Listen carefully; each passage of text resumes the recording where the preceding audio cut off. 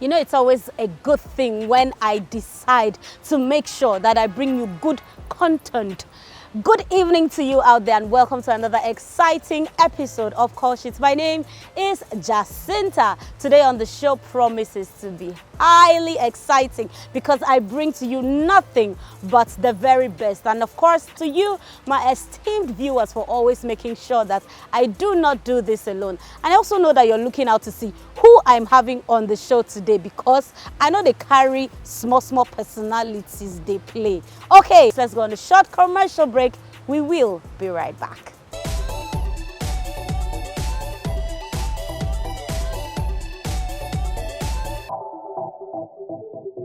Welcome back to Call Sheets. My name is Jacinta. On this week's episode, on our countdown, we're looking at top 6 Ghanaian movies on Netflix. And on number 6, we have Fixers by Yvonne Nelson.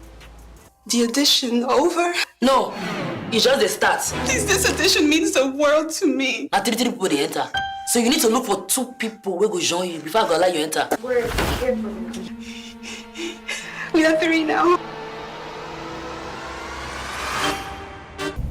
And I'm the woman who knows your biggest secret. And just in case you do mess up, I might just be able to fix it. On number 5, we have Potato. Would you bring a hot-looking gentleman into the home you share with your ex-husband? No, but I won't share the same house with my ex-husband. Mr. Kwate, henceforth, I need you to use this side of the entrance, okay? And make sure you park the car more towards this side, exactly on this angle. I guess that's your side of the kitchen? I think this is a bad idea. From the man who is living with his ex-wife? You will stop at nothing to see me miserable. This from someone who asked me for a divorce. Let's not forget who broke up this marriage. I worked my butt off! Number 4, we have... Welcome, my lady. We've been expecting you for long. Run! Do what I do! Run! Hurry!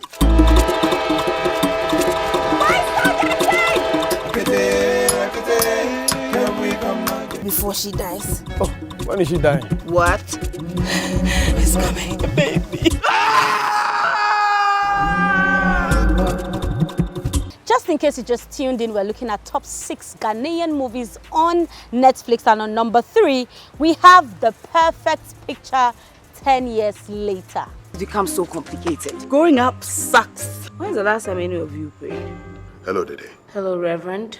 You know, as human beings, we hide a lot from the world. I didn't know we were talking about my past.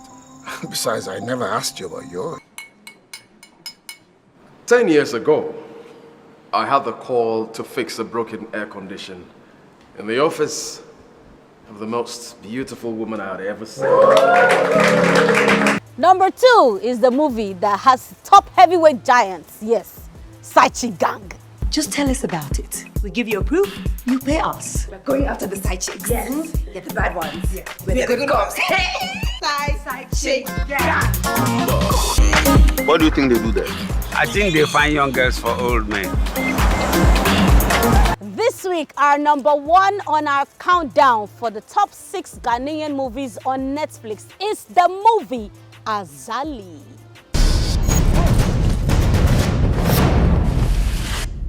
Amina, tangkan kaina.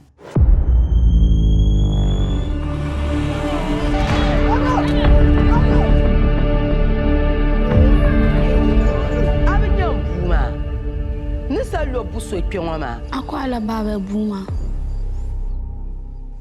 The Zrima Puma Fila. She's the woman getting jobs for our little ones in Burkina and beyond. Me can't do this.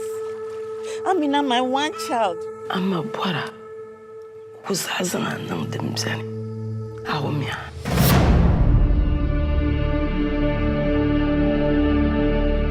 She can't change.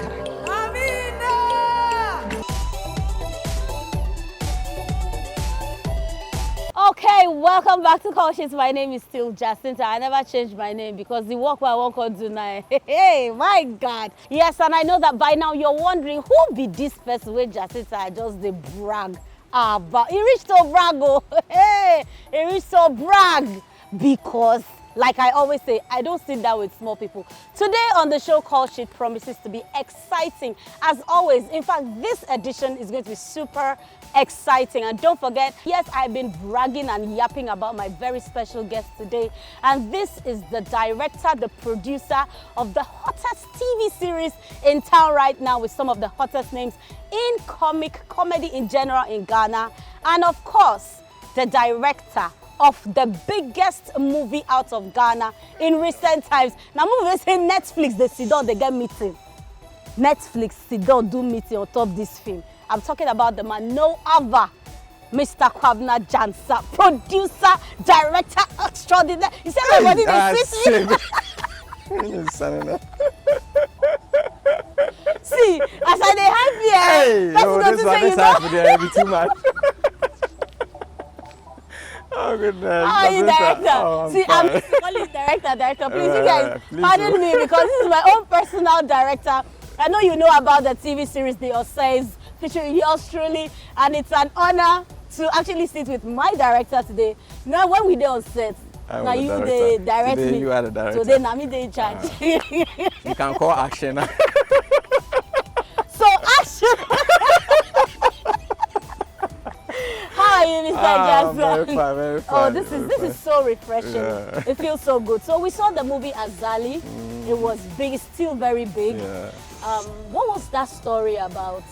Well, I think it was the story about the struggle that our young ones go through.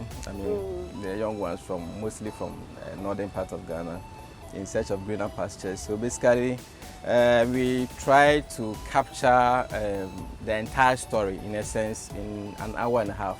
Basically, the reasons for the journey itself, the repercussions, and the aftermath of the whole. So we captured all that in 1.5 hours. Interesting. I mean, putting such a story together, we have our conventional and everyday stories about a man and a woman falling in love, or our typical witchcraft movies, or our typical pastors delivering people from powers beyond. Yeah. How was it like putting this particular one together? Because it's different from the usual stories that we've always seen. Okay, so for me, I think I set out to make a film that fits that particular theme. So the first thing to do was basically to commission a study into it. So the writer went in there, did some research, came out with some findings, and then based on that findings, we decided to plot the story. So we just didn't sit in a room and decided that, okay, I want to do boy meets girl, fall in love, and then that kind of, by this time around, I said, okay, let me do a story that will resonate, that has a far-reaching, impact on people, that can also resonate with an international audience, not necessarily just the Ghana market, because the Ghana market, I think we all know, is quite too small. So in a venture like this, you want to think beyond Ghana. So I felt that story, could go far, and indeed that was the case. Interesting. Speaking about the international market, we'll go there. Yeah. But before we go there, I know a lot of people right now are watching, and they're like, they know Azali, they've seen the Ossays, but oh, is that the person behind it? So I want you to tell them, who is Mr. KWABENA GYANSAH? Well, I am a young man, I believe, not too old. Okay. And my whole life, I did business at school. I went to University of Cape Coast, started as accountant, I think way back 2010. Then went into business for a while. After a while, I think my passion for film still came back. So around 2015 thereabout, I said, no, let me take this thing serious again.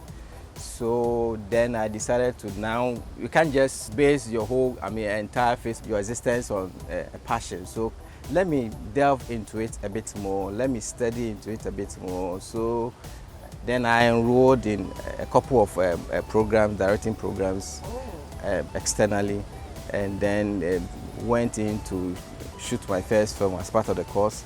I couldn't actually wait to abandon the office and then go shoot. I was more interested in set life than sitting in the office. So I decided to combine both, but it got to a point that I felt the calling was there. So I just went in for it. Interesting. Yeah. I mean, on Call Sheet, you get to hear a lot of experiences. On this same show, we've heard somebody tell us, look, you can have the passion, but make sure that you're doing something else to get you the money. But here is Mr. GYANSAH telling us that the set life was calling him even more than the office job. This life no balance. Last. I think you should do what works for you. So what was that first film you did? And that was Disorder. It was a 10-minute short film. Short film. Yeah, it was for the course I did, the directing program I did. So that was it. So after doing that, and because the passion and the eagerness to go on set, I quickly, organized another program or another project, and then I went in. That was a TV series. Went in. I shot just around, I think probably just about a month or two interval. Went in and did that project. Afterwards, like I was saying, the passion was so much. So afterwards, even before that project could come out, I was on to my next one, which was Azali. Yeah. Talking about being a director, how has the industry treated you as a director? Well, I think, there's an industry, then there's also the individual. So for me, I feel right now, the structures that an industry depends on are not there. So we need to, for me personally, I think as an individual, see what I can do in my small corner to put content out there, rather than depend on what the industry, because if you look at what the industry offers, you wouldn't do anything, because the industry doesn't offer you any kind of support. You go to the TV station, the same story you all know already, you have a film out there, there's not enough cinema halls to show the film. So the structures are simply not available to support you. So basically, just look at it and say, okay, if I have this kind of fund, this much fund or this size, what can I do to be able to, if not even make more, to break even and all that? Then you look at it and say, okay, let me go for it. So basically, I'm not depending on the industry, because that will take a bit of time for everything to come together. So you fund your own projects? Mainly, but I also don't go into projects that I'm not too sure about the viability of that project. I want to go into the project probably with a deal, even if not everything, but to cover a bit of the cost involved. All right, I'm having a very, very informative, educative, monicative, and movie-cative conversation with Mr. KWABENA GYANSAH. I want to go on a short break so that when I return, we'll be talking about the biggest TV series in Ghana right now. Yebeba Sisia.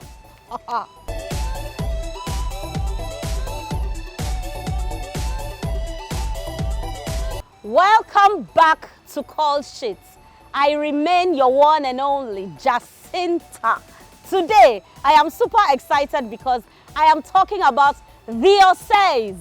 Yes, and the director for The Osays is seated with me right here. So tell us everything we need to know about The Osays. I think Osays is a situational comedy. I think we do it, but maybe we don't call it that by name, situational comedy. But mainly, it thrives on a given situation, how to create a comedy out of it. So it doesn't really depend on how elaborate the set is, how big the cast is. It could be just two people, and the situation we are confronting us now, and how we can create comedy out of it. So we put a family in a house, and then invited, uninvited guests. Anybody who wants to, pop in, comes in, and then we basically have fun. Create comic situations out of that small arrangement. Basically, that's what we set out to do. And in this case, a man won a lottery. Nana Kojo Osei won a lottery based in Kumasi. So after winning the lottery, in his mind, he wants to run away from family, friends, and hangers on, all the way to Accra. So his intention is that to hide his family and probably protect the money he has made, and that is the premise of the story, and then pick it from there and build on it. Okay. Yeah, this kind. Interesting. So now you have worked on Azali, you've worked on the Essays. What would you say is the difference, you know, working on a movie and a TV series? The difference is huge. The difference is huge, and it's because comedy is not a small genre. I mean, it is tough. My goal personally was that let me bring the best in the field to make it a little bit easier, but still it wasn't easy because you have Andrew, you have Jacinta yourself, you have how do you call it, Akosia Lande, Foolish Fool, Oh, that's housemaid stress. Yeah, the housemaid stress. We have Jeffrey, I mean, also another side of him. So you have all these characters coming in, then bringing, I mean, a lot of guest actors in the house, and to create comic situations out of just this small arrangement of between kitchen, what happens in the kitchen, what happens in the hall, the bedroom, the hallway, and all that. That was kind of tough. And if you're not careful, it will be boring. But we don't want to be boring. That's it. So then it means you need to keep the story tighter, make sure that the actors do a lot of improvisations on set, because what the text on the script might not necessarily be so funny, or might not actually even fit a particular situation that you envisage. Now, working with these individuals, like you said, you were trying to bring comedy alive. Yeah. What was it like? I won't talk about myself because I know working with me was very nice. I didn't give you trouble. Hey. I didn't. How would you say it was like working with all these casts? I mean, what was it like? Well, I think it was a beautiful experience. That was the first time working with, I mean, most of you guys, but I think it's by far probably the most fun I had in a while on set. So the experience was beautiful, and to work with such, I mean, great, talent in the comedic field, and to have so much fun on set, and to go home and still have memories about the experience. I think, I mean, overall, it tells you about the experience and what awaits audiences, because, I mean, it's going to be mad fun. Yeah. Interesting. Yeah. What plans do you have for the Essays? Are we looking at it being like maybe the first Ghanaian sitcom to appear on Netflix or Amazon? Sure. Or we're going to shoot season 2 in New York? I think the Essays, in my mind's eye, has to be big, okay? So we are starting from Ghana because that's where we got the support to start. So we've started here, but it doesn't mean that it's going to end here. The bigger plan is for it to land on Netflix. So once, I mean, through Azali, the channels have already been opened. So we just have to make sure that the content is solid, and therefore we just have to activate those channels and then see what happens. Nice. Yes. Talking about Netflix and Azali, how did you feel like when you got, was it a call or an email or a text that, okay, maybe your movie has been nominated for, was it Oscars? Yeah, it was the Ghana Oscars committee. Yeah. So how did you feel like when you got that call? Was it a message or a phone call? Well, it was, I mean, it was surreal. I mean, it was really beautiful, an experience. I never got a call from the committee or from anybody until a reporter from the Hollywood Reporter called. Okay, he called and then wanted to know more about the film. That's when, I mean, I said, wow. I mean, this is big, because Hollywood Reporter, I mean, is at the industry top. So that was basically the first idea I got about how far the film could travel. And then later on, the information started trickling. I mean, it was a beautiful experience. Interesting. Yeah. So what's next? Now we have Azali, we have the Essays. What's next? What is the next? I know you're always cooking something. Well, we have Bukom in the pipeline. Okay. Yeah, also a story, a feature film that we are working on. Okay. Something bigger, far bigger than Azali. We are also working on the next season of the Essays. Okay. Yeah, because we need to go on set as soon as possible, because the vibes we are getting is great, and therefore we need to keep the momentum. I wanted to ask you, how are people reacting to it? Because I know we've done 2 episodes so far.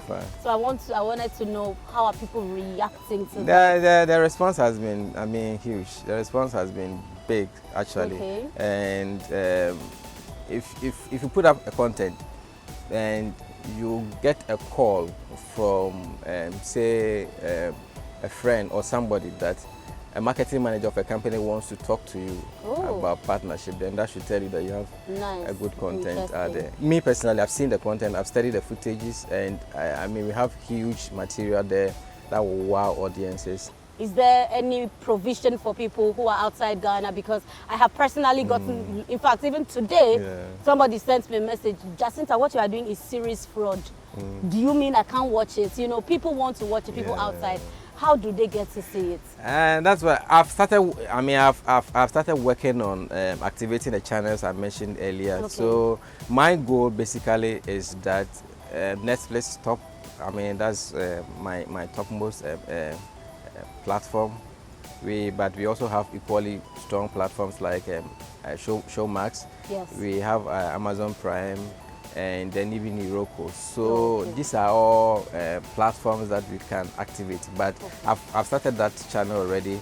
OSS is way bigger and it deserves, I mean, a stronger and a bigger platform. So before we go on to the next part where I love, you guys, you know this is the part I love most. The part where I get to ask the tricky questions. Yeah? The questions where when I throw like this, my guests will be like, huh? This is the part I love. And before we get to that part, I like to go and sell markets more. Let me sell markets and collect money, then I'll be back. We shall be back.